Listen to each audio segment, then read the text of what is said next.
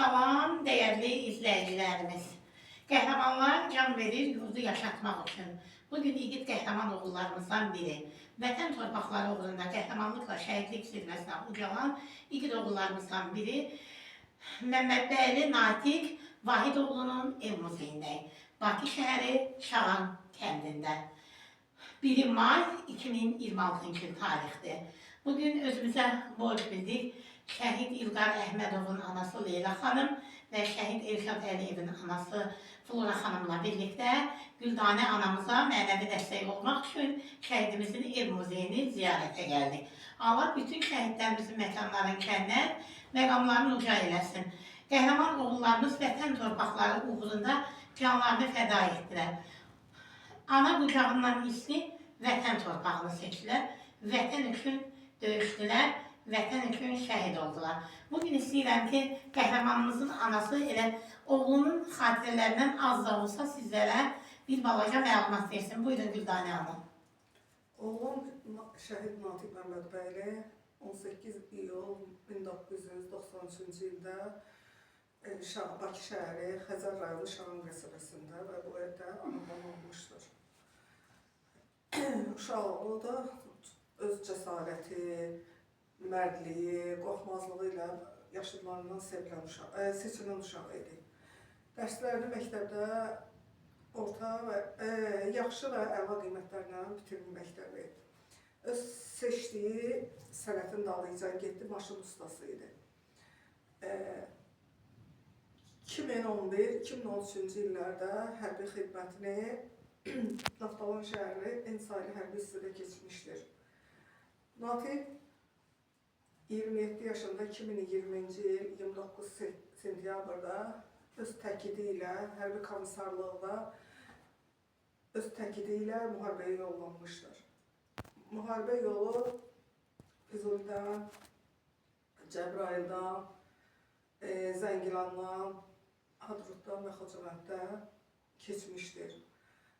Natiq 20 oktyabr 2020-ci ildə Xocamənd rayonunun Ərgünəş zirvəsində qəhrəmanlıqla şəhid olmuşdur.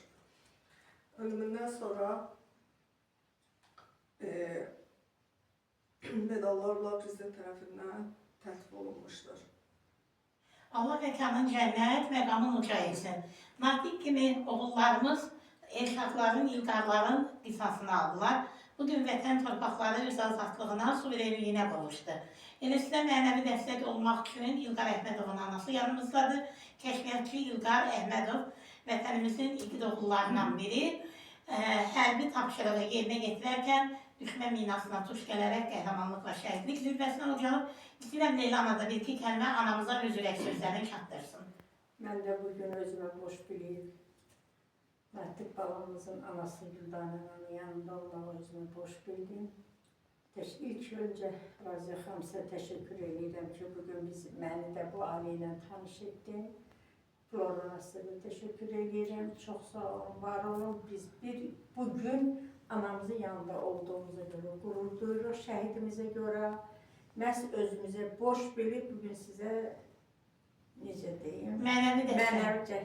Mən üçün oğlumuzun şəkillərində sizin oğlumuzun ev muzeyinə təqdim edilir. Deməli, bax bu şəkildə bizim qrupumuzun Uğur Yolu ailəmizin üzvlərindən olan anamız Tərlan ananın və Gülhəvva ananın evlatlarıdır. Var orada Natiqlə birlikdə.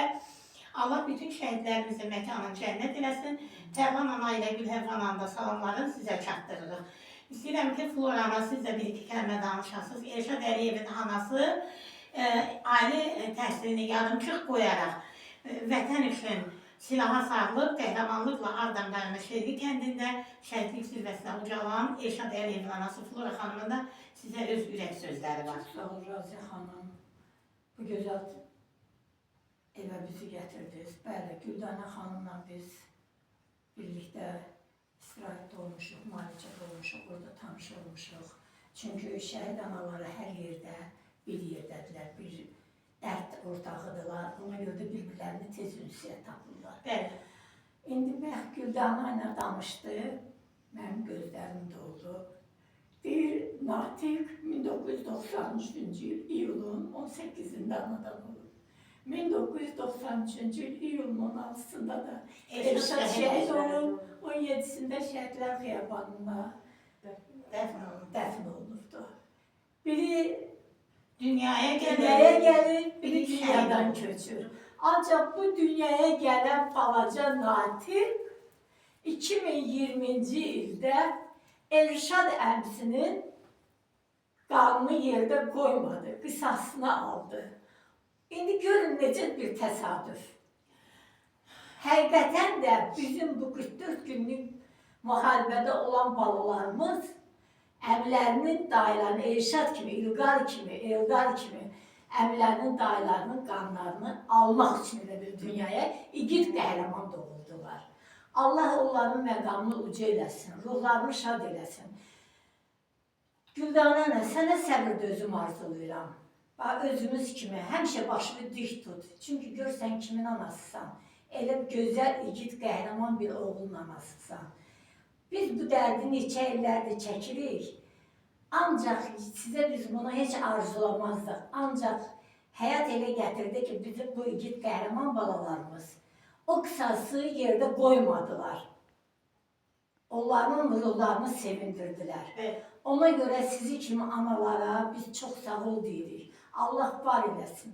Allah bütün şəhidlərimizin məqamını uca, ruhlarını şad eləsin. Raziyə xanım, çox sağ olun. Siz sağ olun. Elə əlinizdə tutduğunuz tabloda 3 qəhrəman oğlumuz yer alır. Deməli, Natiq, Elşad, İlqar. Qəhrəman oğullar, igid oğullar. Vətən üçün canın verən oğullar. Əfsanəyə dönən mərd oğullar, əbədi yaddaşlarda qalan oğullar. O cümlələr mənim ürəyimdən süzülüb gələn sözlərdir. İstədim ki, o rəsmin üzərində o sözlər yer alsın. Bu da Natiqin Natiqin muzeyində muzeyində gözəl bir yeri tutacaq o nəyimizlə çox sağ Bəli. olun. Allah sizlərə səbir versin. Allah şəhidlərimizin məkanı cənnət məqamlarını uca etsin. Və Güldanə anam istəyi ilə gördüyünüz bu bayraq da elə Natiqin ev muzeyi üçündür. Allah bütün şəhidlərimizin məkanlarını cənnət eləsin, məqamları uca olsun. Qəhrəmanlar can verir yurdu yaşatmaq üçün. Qəhrəman igid oğullarımız canlarını fəda etdilər ki, yurdumuz gələcək nəsillərə əbədi bir miras qalsın. Ruhunuz qarşısında ehtiramla baş əyirik. Bu vətən sizi unutmadı. Vətənin igid qəhrəman oğulları. O oğullardan biri də Məhəmməd bəyli Natiq Vahid oğlu. Ruhu qarşısında ehtiramla baş əyirik. Allah rəhmət eləsin bütün Mən də öz şəhidlərimizə. təşəkkürümü bildirirəm Natiqin anası kimi. Sağ olun, var olun. Allah sizin şəhidlərin də ruhun şad, məqamın həmişə uca eləsin. Bugün mənim qapımı açmışsınız, bu şəhidin evini ziyarətə gəlmişsiniz, onu yad eləmişsiniz əslində. Hər kim ki bu şəhidin adına tutub bu qapını açırsa, qonaq olursa, mənim üçün çox qürur verici bir haldır. Sevinirəm ki, şəhidin unudulmur. Bəli, Vətən sağ olsun. vətən sağ olsun.